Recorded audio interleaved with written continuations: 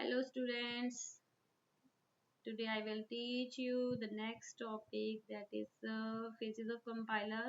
उसमें phases of compiler को हम डीपली करते हैं। उसमें फर्स्ट जो पार्ट है that is lexical analyze, इसको अच्छे से कवर करते हैं कि ये कैसे वर्क करता है। हमने ये तो देख लिया कि ये स्कैन करता है, टोकन की फॉर्म में ले आता है, बट ये कैसे लेके आता है, किस तरीके से, क्या टूल यूज़ करता है, क्या ग्रामर यूज़ करता है या फिर कोई मशीन यूज़ करता है ना, ये चीज़ें हम यहाँ पे कवर करेंगे लेक्सिकल एनालाइज में।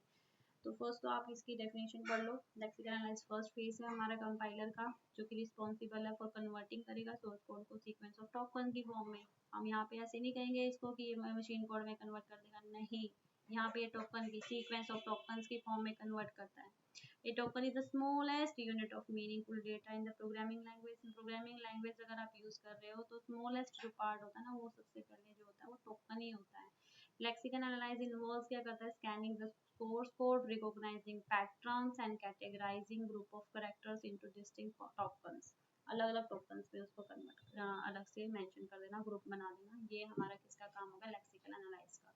देखो, मान लो आपने कोड लिखा है, जैसे यही कोड लिख दो, छोटा सा कोड है जो कि लूप को यूज कर रहा है, while I greater 0 I is equal to I minus 2। अगर आई की वैल्यू बड़ी है 0 से तो हर बार उसमें -2 हो जाएगा, जब वो 0 पे आ जाएगा तो टर्मिनेट हो जाएगा।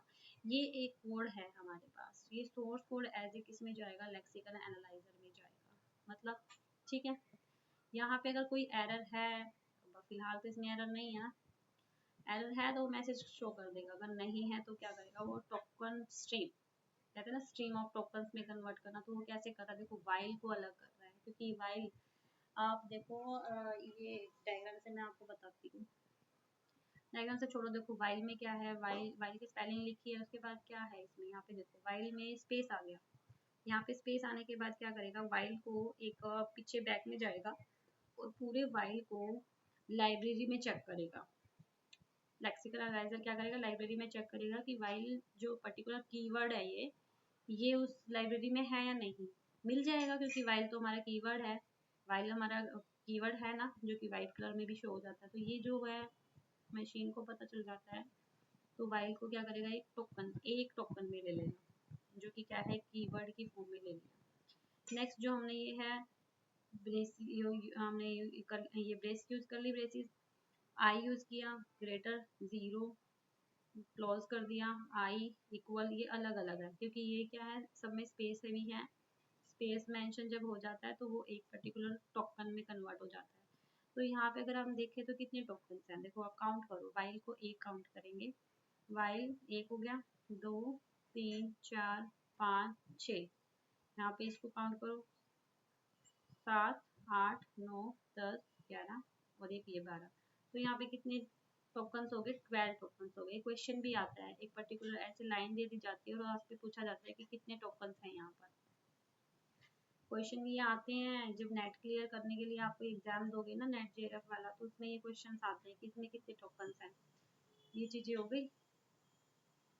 फिर ट्रांजिशन डायग्राम इनका क्रिएट करते हैं। देखो ट्रांजिशन डायग्राम में आप कैसे समझोगे, अगर आपने जैसे वाइल यूज किया, वाइल लेटर है एक, वाइल का एक एक लेटर यहाँ पे जाएगा, ये तो मैंने एक छोटा सा एग्जांपल समझाने के लिए लिया है। लेटर जैसे वाइल में W है, H है, I है, L है, E है, हर किसी के ऐसे स्टेट बनेंगे, W यहाँ पे लिखा जाएगा, यहाँ पे H लिखा जाएगा, आगे बनेगा I के लिए, आगे बनेगा L के लिए, फिर E के लिए, फिर स्पेस आ जाएगा, वो लाइब्रेरी में चेक करेगा, स्पेस आते ही वो लाइब्रेरी में चेक करेगा, लाइब्रेरी में चेक होती है, उसको क्या पता चलेगा, उसको डिफाइन कर देगा, वो एज ए कीवर्ड है, उसको शांति मिल जाएगी कि कीवर्ड आ गया भाई, ये एक हमारा लाइब्रेरी में मिल गया है।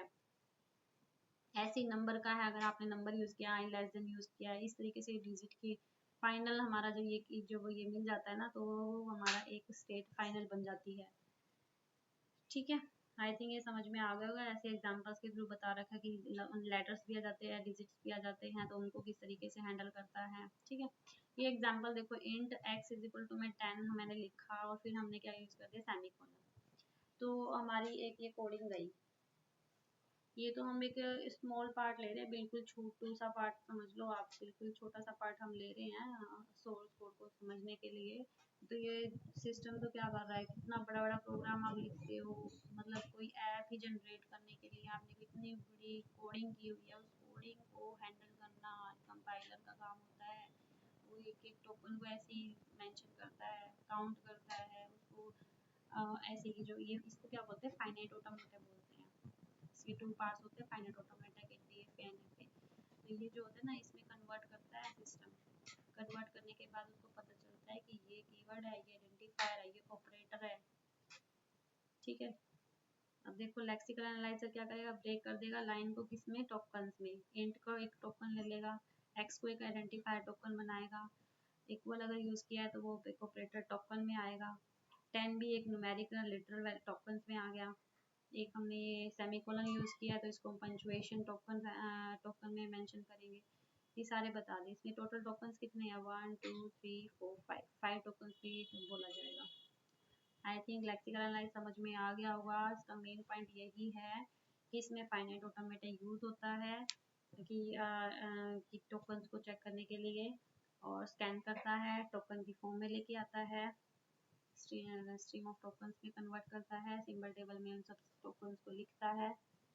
ये हमारा क्या है, लेक्सिकल एनालाइज। अब देखो टोकन क्या होता है, थोड़ा बहुत ये भी पता होना चाहिए कि टोकन होते क्या। आप एग्जाम में ये भी बता सकते हो। सबसे जो छोटा स्मॉल पार्ट जो होता है प्रोग्रामिंग लैंग्वेज में, सीक्वेंस ऑफ कैरेक्टर्स को क्या बोलते हैं, टोकन्स बोलते हैं। इसकी कैटेगरीज देखो कौन कौन सी होती है।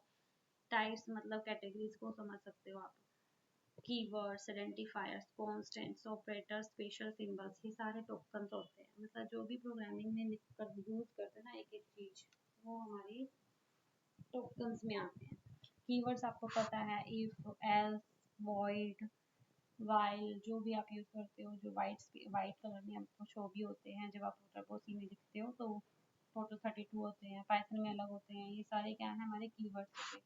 आइडेंटिफाई क्या होगा, कोई भी वेरिएबल नेम हो जाता है, आप लिखते हैं ना वेरिएबल नेम अंडरस्कोर यूज़ करके लेटर यूज़ करके करते हो, तो वो आइडेंटिफायर्स होते हैं। कॉन्स्टेंट क्या होता है, कॉन्स्टेंट आर फिक्स वैल्यूज, जो आप फिक्स वैल्यू यूज़ करते हो, लिटरल यूज़ करते हो, जिसको हम चेंज नहीं कर सकते।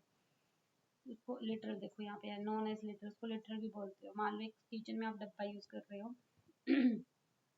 तो किचन में जो डब्बे हैं उसको तो आप ये बोलो कि वेरिएबल है।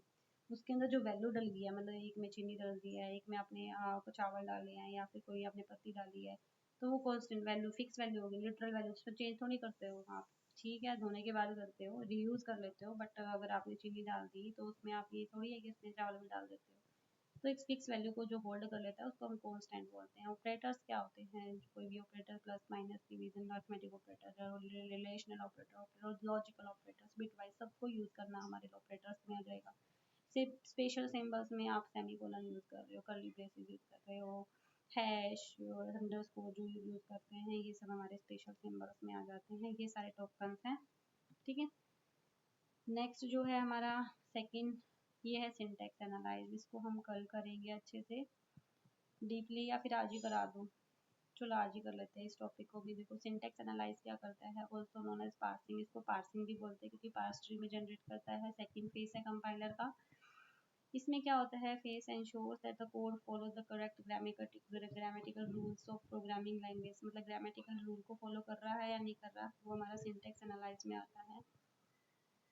The role of syntax analysis is to verify that the sequence of tokens, इस टॉपिक को हम नेक्स्ट क्लास में ही करते हैं, ठीक है। कोई आ गया है, गेस्ट है आई थिंक। सो अगर भी कोई भी इसमें लेक्सिकल एनालाइज में डाउट है तो आप मुझे बता सकते हो, मैं कवर कर दूंगी उसको कमेंट के थ्रू, आप मुझे बता देना। Thank you. Next topic syntax analyse next class में करेंगे, ठीक है।